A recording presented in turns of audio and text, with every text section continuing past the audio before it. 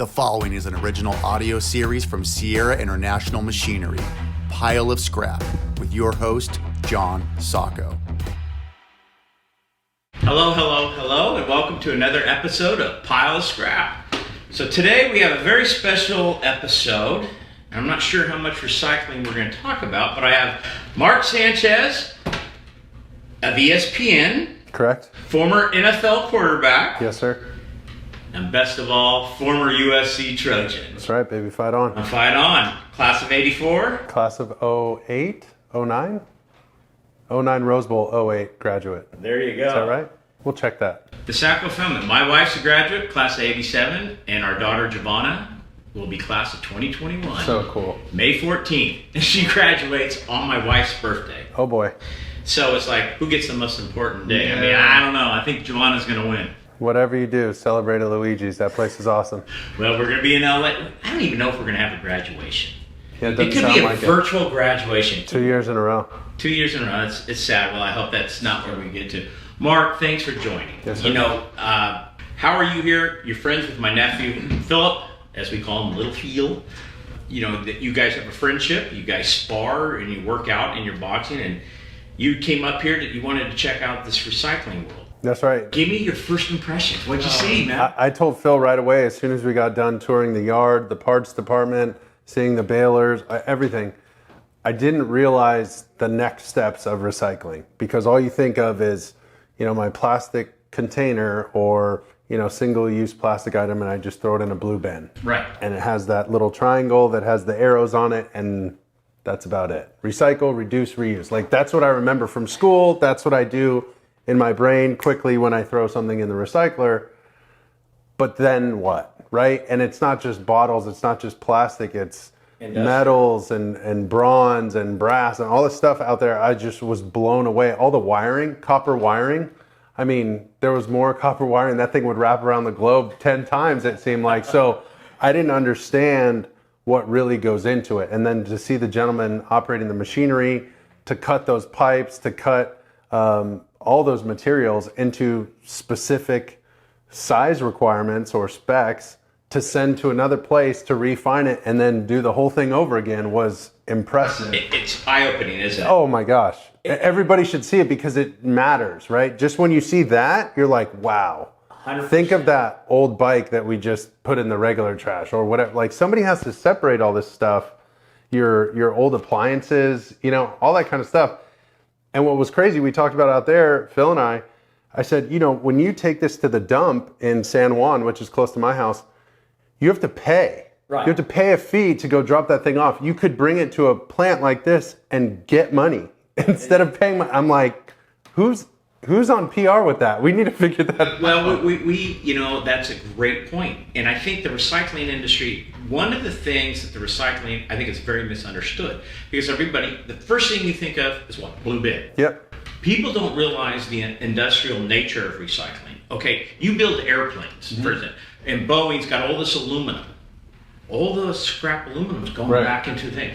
GM, Ford, Chrysler, all the cars, huge corporations, but all the scrap they generate from the manufacturing process is getting made back into new. I saw the shavings for all the different. I was like, what is the knee brace? The knee brace? That's right. I wore one of those bad boys. You wore one of those. All those knee braces come basically from recycled aluminum. It's wild. Now, you were telling us earlier in talking that you have some screws in your shoulder. I do. I have 6 anchors in my shoulder. I had a, not a rotator cuff, a labrum tear. My fifth year in the NFL with the Jets.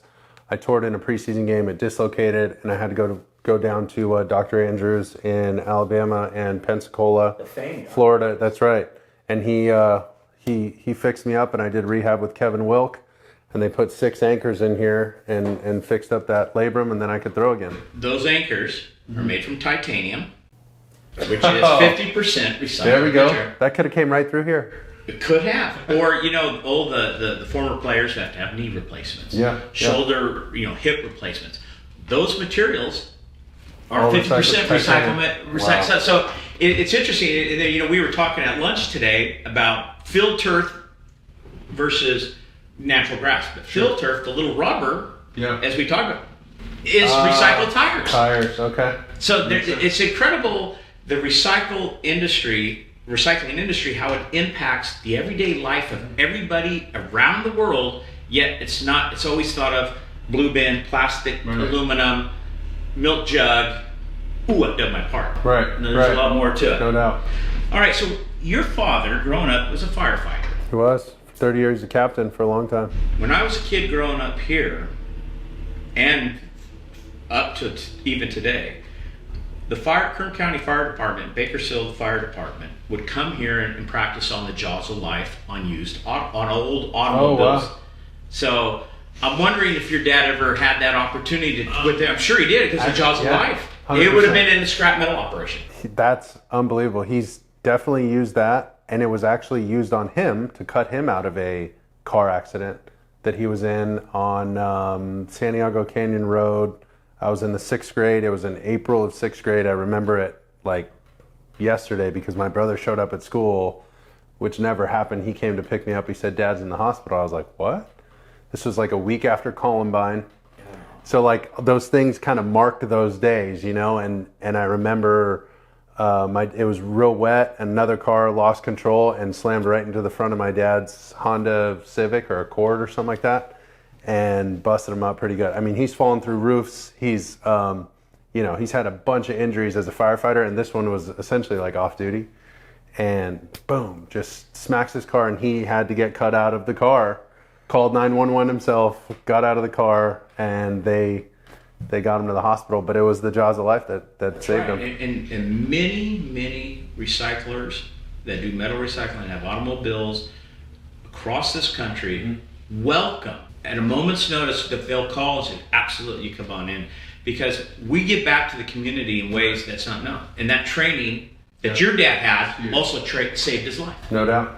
And that's crazy. You see, the recycling industry we're doing a bad job messaging that. But I mean, it just has to be, I guess, repurposed, recycled. It sounds silly, but the idea that this stuff goes around, it comes around full circle, right? That could be like the new PR movement. Well, it is, and you're spot on, and this is why we do Pile of Scrap. And people who are going to listen to this and who watch this are going to hear this story and they're going to go, I had no idea. Yeah, which is exactly what I said. I feel like everybody has no idea. But it's part of the whole education process. This is going to be a little more fun. People go, oh, former NFL quarterback. But your dad, okay, you're 6 years old and your dad gets banged up pretty bad. That's got to be pretty hard on you. And you're 6th grade, you're still wanting to be a quarterback. Did you know you were going to be a quarterback in 6th grade? Is that what you're playing? Or where were you in 6th grade? Because, you're not too far from high school into... So I didn't really start playing quarterback until probably middle school, so maybe another year or so after that. I played fullback, running back, linebacker, defensive end, you name it. I played every position. And we'd always play catch a ton before practice, after practice. I think my dad might have had an idea because I did throw the ball fairly well. But then I remember he took me to my eventual high school coach named Bob Johnson. His son was Rob Johnson, who won a Super Bowl with the Tampa Bay Buccaneers, but played in the league for a long time. And my dad took me to him because he's like, hey, listen, he's my kid. Obviously, I'm biased. I think he's pretty good. I don't know. You see a lot of quarterbacks, coach. Let us know. And so he put me through a series of workouts, and he invited me back, and then invited me back. And he goes, yeah, we're actually making some quarterback tapes. Would you mind if your son's in it? Some drills that we're going to film that he does pretty well that we're going to send out. And this is kind of like a side business for us. And so my dad's like, so he's doing okay. He goes, oh yeah, I'd stick with it. So the importance of my dad, and the reason why I'm bringing this up, my father was my mentor. Okay. I mean, he was an immigrant from Italy in 1935. Many people already know that, but growing up, he was training me when I was in the backseat of his Cadillac Fleetwood, about corporate structure. It was I don't know why I remember it. So your father and your relationship pushing you towards sports, or was he saying, Mark, education first? What was that like? What was growing up in the Sanchez household with your father and what he meant to you? We're not going to diss old mom because mom's a mom. Nobody ever disses mom, but your father, the story you're telling us is pretty impactful. He pushed me hard. Mom was always the, unconditional love, love and support, and hang in there, because it's not always easy working with your dad, because he wants to push you, and he sees your potential and sees what you can be, but he also sees all the obstacles that you're going to face, and he wants you to prepare for them and wants to prepare you for them himself. So that was kind of the relationship growing up. But he, for example, it wasn't just sports. Like, homework had to be done before football, baseball, basketball practice. Like, that was just like a non-starter right there. And there were times when I'd miss practice and he would just leave me at home and go coach the team, and I had to do homework. And I was just like, man, that's like rough. This is ridiculous. My son didn't like my because I just want to go ball. I don't want to do these spelling words. I want to go play. But I did well in school, and because he was pushing me, and I knew it was important. But one of the things that I think is so important is he pushed sports with us because of the lessons they teach you for life. So he always thought it was very important to be able to speak in front of people, to express your thoughts, to articulate yourself well. That was always an important skill that he thought I needed to know. To the point where he'd pick me up from school, we'd be driving home in his Ford F-150 and diesel engine always, and he would make me tell him about my day, and it couldn't be just, it was good, it was fine, well, what'd you learn, blah, blah, blah. And I had to go down the list. And then by the time we got home, we'd be sitting in the driveway. I told him all about school, and then he would make me tell him all over again. And he said, you can't say like, and you can't say do it again, please. That's fantastic. And I was blown away at the time, and I was so frustrated until I got to that point where I just said, okay, I'm not going to do that anymore. I'm going to express myself without using those words so I don't have to start over. Henceforth, you're able to get in front of camera today on ESPN, and you're not going, The next one is quite silly, but at the time, I resented my dad for this. But you have your Little League season, okay? We play T-ball, and I was on the Red Sox, call it, I don't remember. But, coach has the banquet at your local, pizza joint, Fuddruckers, it was always a pizza joint. Something like that. So my dad goes and gets a gift certificate to the local Applebee's or Sizzler or something, and he makes me go in front of the team, all the kids, the parents, everybody else, the coaching staff, and present an award on behalf of the team to our coach. And he made me say it, which at the time felt like, an entire arena of people. I'm like a little kid, I don't want to talk to all these people. And here I am, on behalf of the Rancho Santa Margarita Little League Red Sox, 31-3 was our record, and blah, blah, blah. You go through the whole thing, and I'd come up with a script of what I wanted to say. We'd like to thank you, Coach Smith, for blah, blah, blah. Here's a gift certificate, a token of our appreciation, and a special thank you to your wife, Mrs. Smith, for giving him or allowing him to use his time on us. And it was like, it became a thing. Every year. I did it every year for every sport. And so when did you go, I got this? So, and I know where Dad, okay. It was just one of those things like, okay, I got to do this. But then fast forward, and this wasn't for football to be the quarterback of the New York Jets, but to have 30, 40, 50 beat writers and reporters and cameras, and they want to talk to you right after a game when you're emotional and all that, it was normal. It was normal. To give a presentation in front of a 300-person class at USC was normal. To get on the field in front of thousands of people was normal. I could do that. To articulate myself to my teammates, to whoever, that became normal because I did it so much. So it was more about those kind of skills that football or baseball or basketball sports would teach me than, hey, you're going to be the quarterback of the New York. Nobody knew that. So that was what he pushed us in. And I think that public speaking, I met with Margaret Thatcher. She was at our trade association. Now, I interviewed George Bush in front of 2,000 people. It didn't bother me because I did 8th grade graduation speech.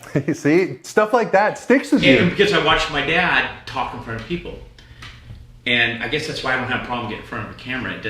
I don't even really notice it. But Margaret Thatcher told me something. It was interesting. I was talking just me and her after a photo session at our trade association at ISRI. We talked and she says, One of the things that I'm really disturbed with today's schooling in the world is kids are no longer made to stand up in front of their class and recite poetry. She goes, poetry? She goes, if you can get up and recite poetry to a class, you can stand up and talk and articulate in front of anybody. Right. It was interesting. I've heard this. The point is you're not going to stand up and read some sonnet from Shakespeare. That's not the point. The point is you can speak in front of people, and that is such an important skill, and it's getting lost. David Shaw, coach Stanford, recruits kids who can articulate. Smart. You don't go to Stanford. Getting into SE is tough enough, right? Yep. Getting into Stanford's even harder. Oh yeah. But a kid who cannot articulate to Coach Shaw, he won't recruit. It's impossible. Yeah. Your playing ability for places like that sets the floor, and then your skills outside of playing, everything else is your ceiling. So are you talking to kids now? Do you have do you get asked to talk to schools, and are you discussing that? Quite a bit. And that's awesome. Currently in this, season of life, with COVID it's a little different, but in this, season of life, right after the NFL season, when these college players decide to go to the NFL, I'll help out with either my agency's group of quarterbacks or some other groups of quarterbacks that are getting ready to make that jump. And it's not, I'm not out there coaching them on their footwork. They have quarterback gurus and specialists that do a lot of that. But I just hang around with them when we watch tape. I hang around to see how they interact with each other, because it's so interesting to me. And it's like, an experiment in some ways to see these guys. And I've covered these guys in college.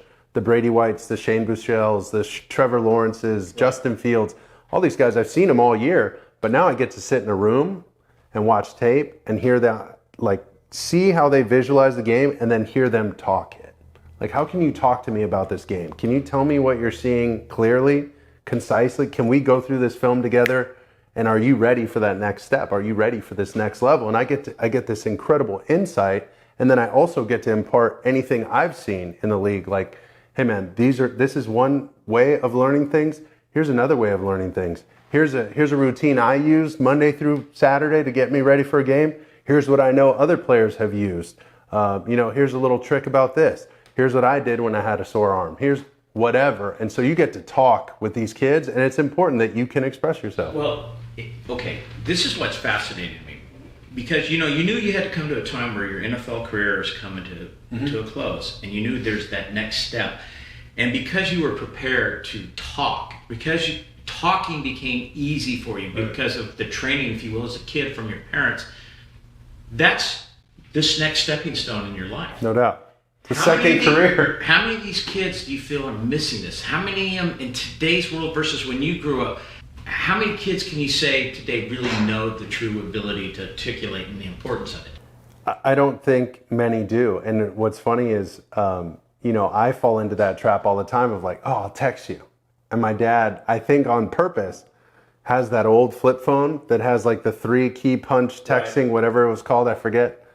But he won't text us on purpose because he makes you call his ass and talk to him. Because he wants to hear your words. He wants to hear your voice, because so much, that's the other thing, so much gets lost in either the tone of your voice, the circumstances, the atmosphere in which you're talking, the environment, over text, over an email. I mean, people get pissed off, people get heated, people get upset from reading words, but they don't know exactly how the words were meant to be delivered, right? So I think that is still a lost art. And when everything in life, right, is some sort of negotiation here or there, and the tone is everything. Saying something like, man, joking around, saying you're really a jerk, or man, you're a jerk. I mean, those have two very different connotations. Across on the telephone, you can't really tell. So. My son, to his credit, he calls me after every round. He's a high school golf. He's a really good golfer, and he's really working hard. But he calls me after every round,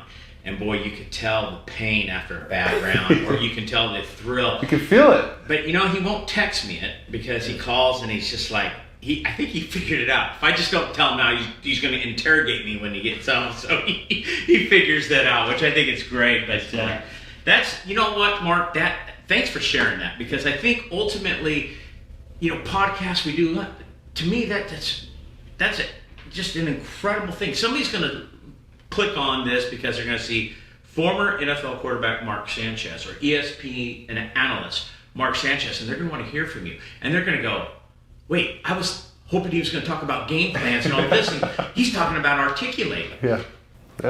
But see, that's the commitment business owners. Here we are, we own these big businesses, these multi-million-dollar operations in the recycling industry. As owners, and my nephew Phil's coming up, the next generation, you got to be able to articulate to your employees. You got to be able to articulate to your customers.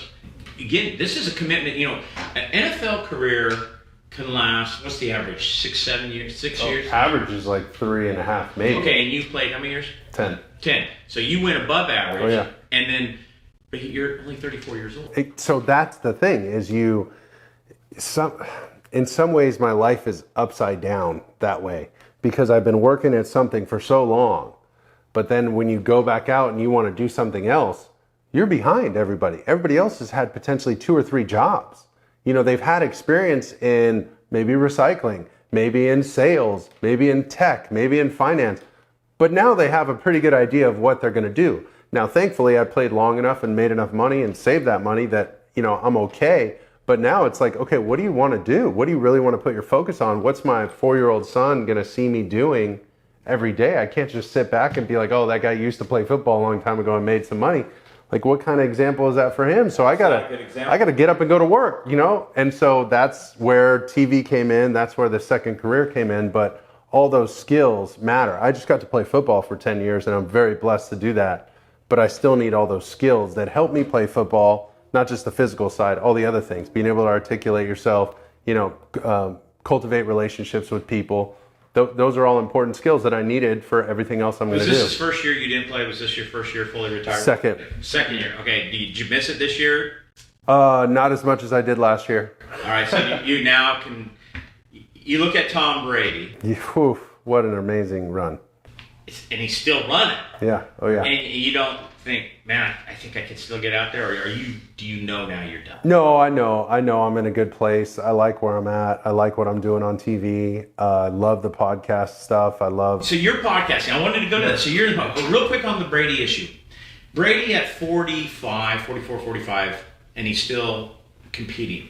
That's no different than in our industries where you go and you see some of these old-timers, guys in their 80s. My father was 87 and a half when he died of cancer. He was here every day. He was here every day, Monday through Friday. Dad would show up at 8:30 every morning. On Saturday morning, 7 a.m., and he'd call me, why aren't you here? Dad, you're not in the office until 8:30 Monday through Friday. Why are you here? But it's that drive. Yeah. And work was his thing. And that first generation mentality, right? Because when you're here first, like, he came over here with, I'm assuming, not much. He didn't have $90. My dad always says he came to America with $90 in his pocket. So my grandfather was very similar, coming from Mexico. Whereabouts in Mexico? My great-grandparents were from Zacatecas, and coming over here, he worked engineering in the war. He was in World War II. He worked engineering, worked at Kodak and a couple different camera companies after that, because he did a bunch of photography stuff either during the war or shortly after. But it was like, all right, what am I doing for the rest of my family that's eventually going to be here and take over what I have? Like, I got to leave them something bigger, better, more. And that's the immigrant mentality. That mentality is strong, man. And there's no like, there's no quitting. Yeah, they're like, it didn't really work, or I don't really feel good.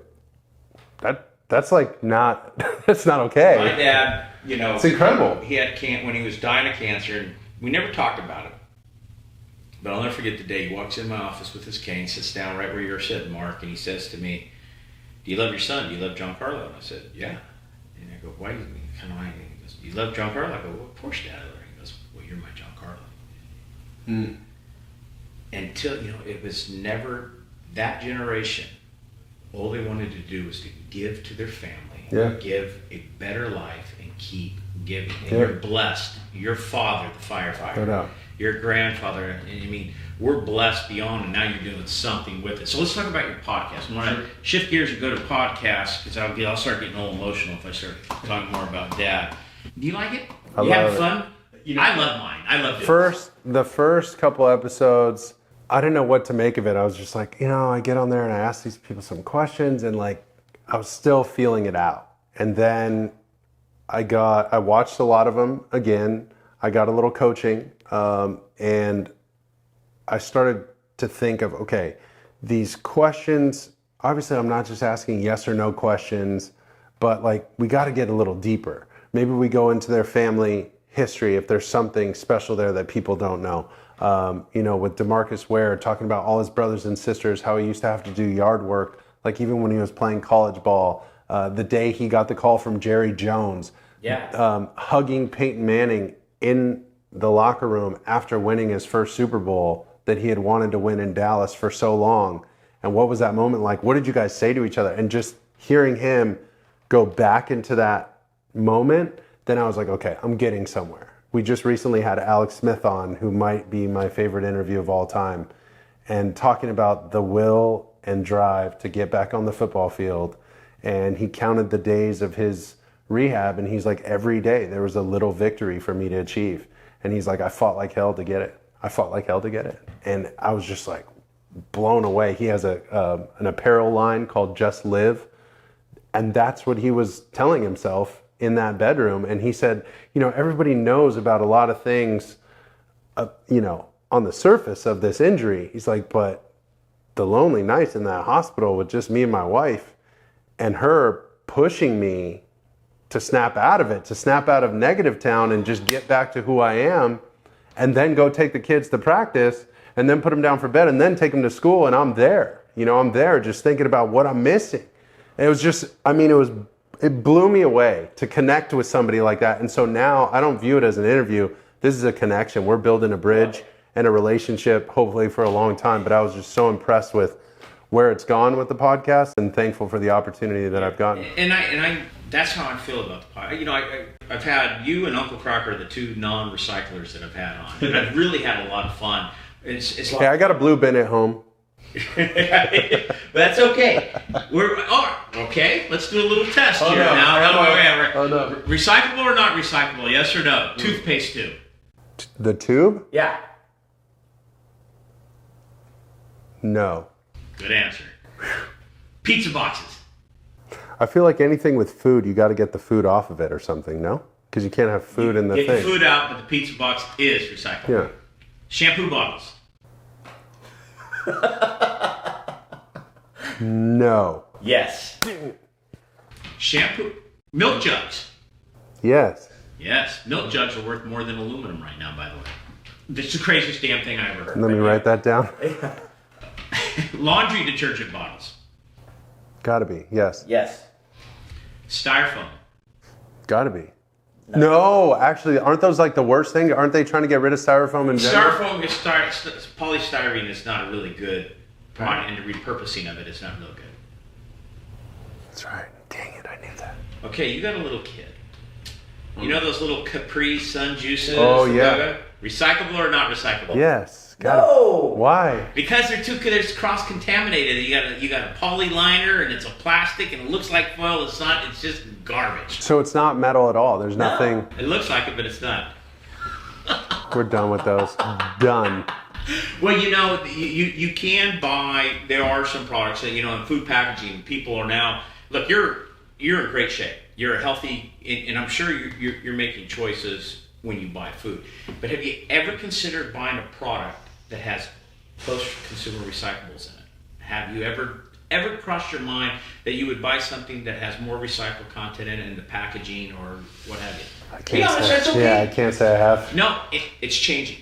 People are doing that. People are starting to change now. People are actually making decisions based on the packaging. But how do they even find out who's going to make a decision that way? The consumer companies? Yeah. They're the focus groups. Oh. They focus group to the ends. And so people are beginning to see they're making choices in supermarkets based on. So they'll show that focus group packaging saying like recyclable whatever or biodegradable such and such or. Well, okay, biodegradable. You're a surfer. Okay. I mean, I know how. I'm not. Okay, but you love the ocean, right? You live right by the ocean. Love the ocean. Well, biggest problem we have in our oceans is plastics, as you know. Right. Okay, how do we get plastics out of the ocean? That's one problem to keep it from flowing into the ocean. Well, I was just last week in North Carolina with the president of Atlantic Packaging. They've come up with a product that's called Fishbone. Instead of being those can holders made out of plastic rings, it's made out of cardboard. Cardboard from recycled cardboard. Like we just saw in the bales. Just like you saw in the bales out here. Wow. And so when those go into the blue bin and they go into the facility to be sorted, it's recycled. Yeah, because you see all those horrible pictures of them around like a seagull or whatever. Or turtles. Yeah, turtles. And it's 12 weeks in the environment. If they were to get them biodegradable, in 12 weeks it's gone. Oh, wow. So some surfers, my nephew knows some of these surfers in Hawaii we talked about, they have some drinks on their own. And they wanted to make sure that their product, when it's at the store, has the cardboard can holders. They don't want plastic anymore. Because they're in the oceans, they have the stake in clean ocean because they're surfing.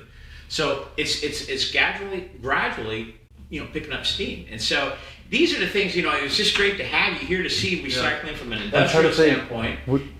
We did something for the Super Bowl, not this most recent one, but the year before in Miami, with MSC Cruises, Mediterranean Shipping Company, and how they've gone completely away from single-use plastic items.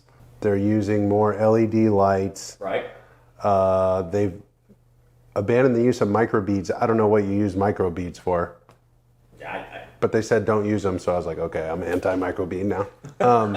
What else? But they basically, on all these huge cruise lines, which have been down right now because of COVID, but all these huge cruise lines, I mean, you talk about non-recyclable goods or single-use plastic items, I mean, you'll burn through them like crazy. And you don't want somebody to toss that stuff overboard. 100%. So that's why they're moving. So we were in a music video. Me, Larry Fitzgerald, Jarvis Landry.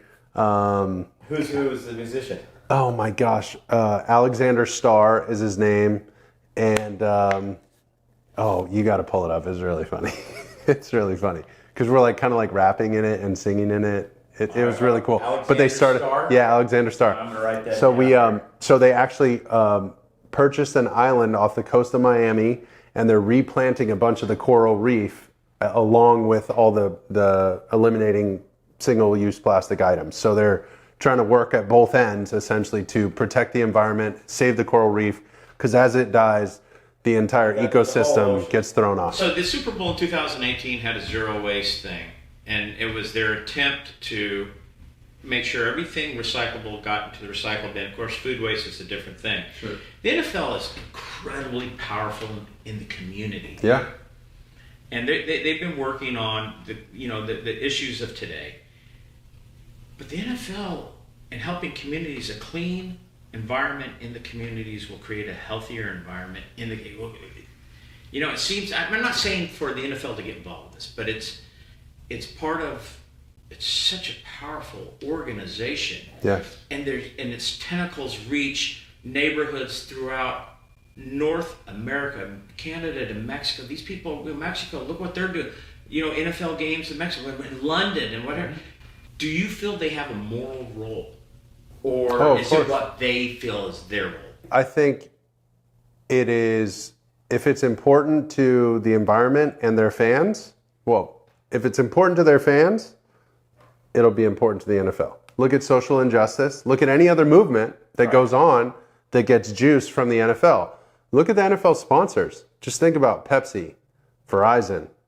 I mean, if those two companies agreed to be partners with the NFL, we have to go through an entire, retrofitting of our company and make sure we're producing things with a zero emissions standard or whatever. I'm just literally spitballing as we're talking. What's to say they can't do that? I mean, hey, here's the cost of doing business as we know it for $20 million less, if you guys do this in the community or have this recycling summit or this kind of, green whatever summit. I mean, they have the power to do those kind of things. And I think it's important for people if we want to sustain this way of life, right? Because when we were doing that thing with MSC Cruises, they reminded us we're the only beings on this planet that create waste that can't be put right back into the planet, right? We're the only ones who come up with stuff that doesn't just go away or help the planet in some way. So speaking of that, so you go over here and we have a responsibility. You walk through our recycling facility. Now, can you imagine all that in the environment? That's what I'm saying. It's no good. So what was cool too when we were walking through. It's funny because you walk through all these facilities that I've played at. I played on 6 different NFL teams, but they have big posters of kind of the themes of your team, like who you are, winning, or big posters of the fans, like we do it for our fans, or whatever it is, hard work, commitment, teamwork, all that kind of stuff. And so I saw all the big banners that you have about safety. Yeah. We either do it safely or not at all, all those kind of things, because it really does remind you. It's almost like, tapping the gate, the Marv Goo gate when you walk onto Cromwell Field or whatever. Absolutely. It was like one of those things. It was kind of cool. That was pretty nostalgic. Last subject before we end this. You played for a lot of teams, okay? These are big business organizations. Mm-hmm. Which team that you played with really, in your opinion, had the best overall, they ran it just like incredible to where you've actually taken something from it into your post-NFL career? I thought, this is going to sound crazy, but I remember being in Denver for the short time I was there for an off season, probably 6 to 8 months or so, and thinking how well the organization was run. They were coming right off their Super Bowl 50, and I was competing for the job. Didn't end up winning the job, but I sat in the office with John Elway, who was like one of my childhood idols. I had his pictures all over my wall growing up, and he said, "Sorry, dude, we're going to have to let you go." And I was just like, "What? What do you mean? Go where?" And he said, "Hey, we loved everything you brought here, but we're going to send you to Dallas." I'm like, "Okay." Well, I got to say, this was a short stop. I hoped it would be longer, but this was one of the best places I've ever been. It felt like their community relations, their media department, the training staff, the coaching staff, everything was marching in the same direction. Everybody had the exact same marching orders, if you will. And even if they were potentially going in the wrong direction, even if it didn't work out for me personally, I still had so much respect for them and the way they operated. And it was incredible to see. So the culture from the top to the bottom was clearly evident. And that's where it starts. I mean, it's got to be at the top, and all those other things end up taking care of themselves, but there has to be one direction. You got to be rowing in the same direction, because as soon as somebody is off, you're just creating drag for the rest of the guys trying to move forward. So it's a frustrating thing when you're a part of a team, that might even be winning, but you're lacking in a certain area, and it will catch up with you at some point. You're just like cringing until that day. I have to ask. You went to Dallas. I forgot about that. Yeah. You went to Jerry World. Yeah. I mean, it was the incredible. Broncos. You just said Denver, great organization, top to bottom. Mm-hmm. And you got a lot of respect for that. Mm-hmm. But you get to Jerry World. Real quick, in a nutshell. They just opened their new facility in Frisco. It was incredible. I've never seen facilities like that in my life. They were gorgeous. And that place was a business. I mean, they are just printing money. People would pay to go on tours there, like $50 a head, to walk through our building. You said Frisco. Frisco, Texas. Frisco? Because it's north of Dallas. Okay, I was thinking Arlington. They moved. That's the old stadium. That was the old stadium. My bad. So they moved all the facilities up to Frisco. And now Frisco is this booming place. But the Cowboys practice facility, the Star, was the first place there. Okay?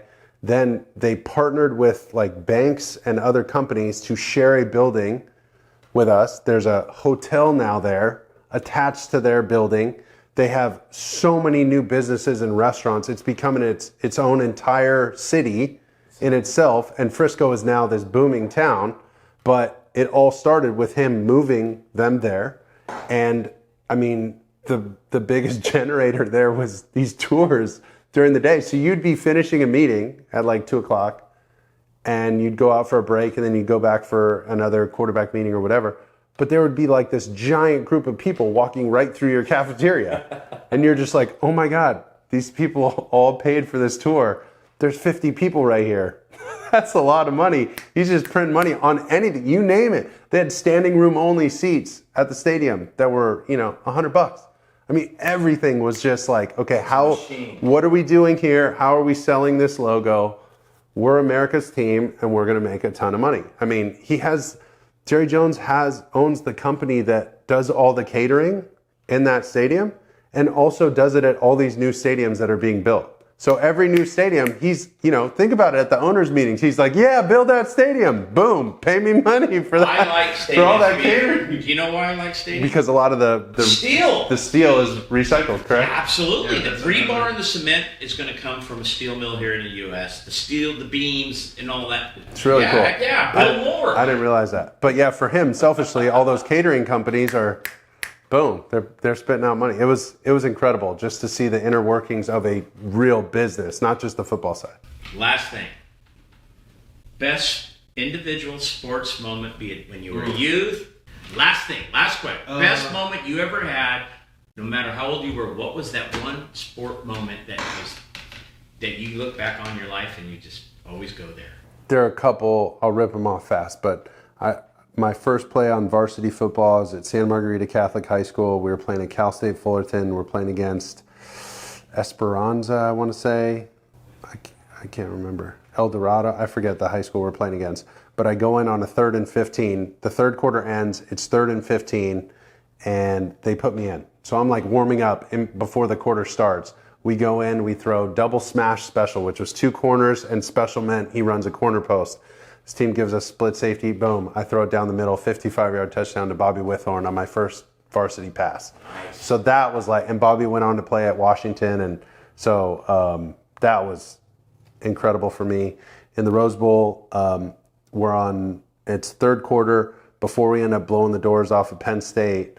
It's 3rd and short. I want to say 3rd and 1 to 3, something like that. And we're looking at the wristband on the sideline. We burn a timeout.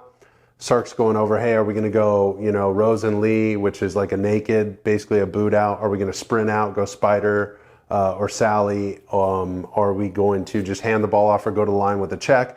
And Pete just grabbed me during the timeout because it was an extended timeout for the TV, for the broadcast network. And he just put his arm around me and he goes, is this everything we ever talked about or what? And I was like, what? I was like, what are you talking about? He goes, he goes, look around, man. Look at this. This is the Rose Bowl, 100,000 people. You're the quarterback. We're about to convert this 3rd down. I'm like, we don't even know what we're running on 3rd down. What are you talking about, convert this 3rd down? And he goes, this is what I told you when you were 17, 18 years old. Remember your mom and dad and your brothers, your grandpa, everybody was in there. We were all excited talking about USC. I was in there with Eddie Ogeron, blah, blah. I said, yeah, of course I remember, but what the hell does that have to do with now? He's just, hey, relax, soak it all in, enjoy this. Let's go get that 3rd down. And I was just like, great story. I'm like, this guy's nuts. He's nuts. But now looking back to see him be able to get that, perspective. The first down. Oh yeah, we got the first down. And I mean, that was like unimportant now because I remember that moment so much more vividly. Looking around at all the cardinal and gold and the navy and white, and I mean, it's us versus Joe Paterno. I mean, this was like a huge thing, and he reminded me of all that in that very instant, in about a minute that felt like a millennium. Like it was crazy, and then he put me right back in the place I needed to be, go get the first down, go win the game. I mean, it was like a movie, it was crazy. So that was a great story. Those you'll always, and there's always a lesson from those too. Yeah. Pete telling you, calm down. We have keep the perspective. We just promoted a kid because somebody left the company just last week, 2 weeks ago, and he was. We want you to step up. Yeah. This is the opportunity you have, and he was like a little nervous, and I literally put my arm around him, and I said, Ricardo, you got this. Yeah. And those kind of words of affirmation. Earlier this week, he went up north. He fixed the problem on this baler, and Little Phil's going to thank me for that one. But you know what? Great, Mark. Thank you for joining me. Thank you for agreeing to sit down and being part of the Pile of Scrap interview. I wish you the best success, Mark. My friend, appreciate it. Thank you so much for being here, and that's it for another episode of Pile of Scrap. This has been a Sierra International Machinery original audio series. Thanks for listening. Please share this podcast and make sure to subscribe.